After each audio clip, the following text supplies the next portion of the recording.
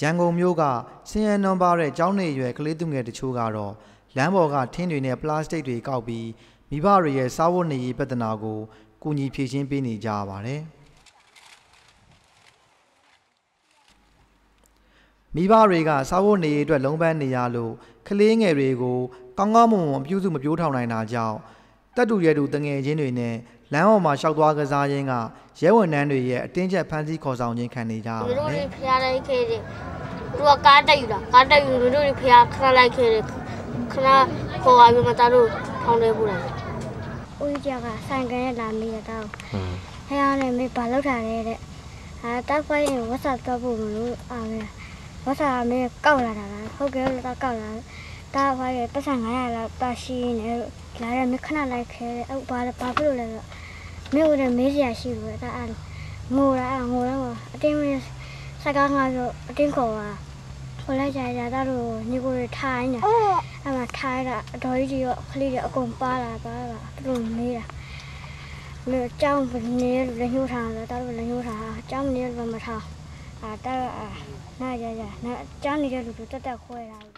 မြန်မာနိုင်ငံရဲဝန်ထမ်းတွေကတာဝန်စားတောက်သူများပေါကြောက်ရေးစည်းကမ်းဥပဒေနဲ့လမ်းမှာတွေ့တဲ့ဆင်းရဲနွမ်းပါးတဲ့ကလေးသူငယ်တိုင်းကိုဖမ်းဆီးပြီးကလေးအချုပ်ထောင်များကိုပို့ဆောင်ကြပါတယ်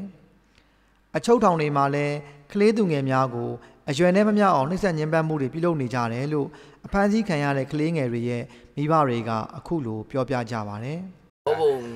ရဲစကန်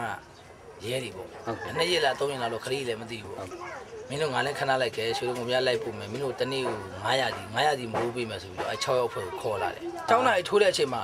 ကလေးကပူလှောင်ပြီးတော့သူ့ကြီး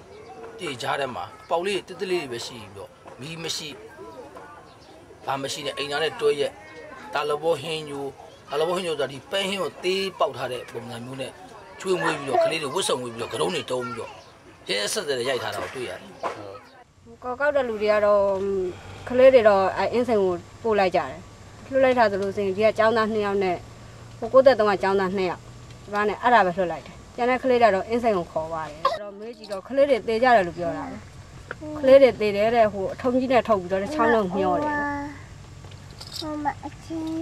လိုက်ဆက်လိုက်တာလည်းမရှိမဆန်နဲ့ကလေးတွေ။ထမင်းလည်းမကျွေးဘူး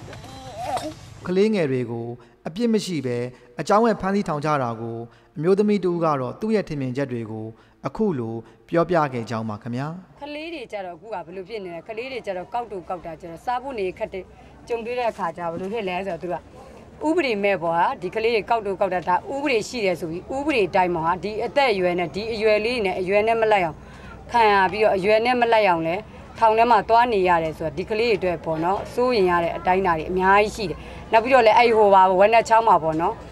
အဲ့လိုပဲဖမ်းသွားပြီးတရောင်းသားတဲ့တတ်မှတ်လဲတရောင်းသားတဲ့တတ်မှတ်ပြီးလို့ရှိရင်အဲ့မှာတေကြယူကြဖွာတီလာရင်တော့ဘုံကြီးတွေရောကလေးတွေရောအသက်ကြီးတဲ့လူတွေရောအသက်60တွေရော80တွေရော80တွေအဲ့မှာငတ်ပြက်တက်စားရတာလဲတာလဘောရင်းမှာထောင်နဲ့စာဆိုရင်ထောင်ကမှတာတည်တယ်ကလေးတွေဆိုတာတော့ဒါငတ်ရင်ပြက်ရင်ပေါ့နော်ကလေးတွေကတော့ဒါသူတို့ထင်းကောက်ရင်လည်းကောက်မိမယ်လမ်းကြမှာပေါ့နော်ဟိုပရက်စလီကော်ကွက်တွေကောက်မိရင်လည်းကောက်မိမယ်ဒါကတော့မတော့ပြည့်မရှိဘူးလို့ယူဆရတယ်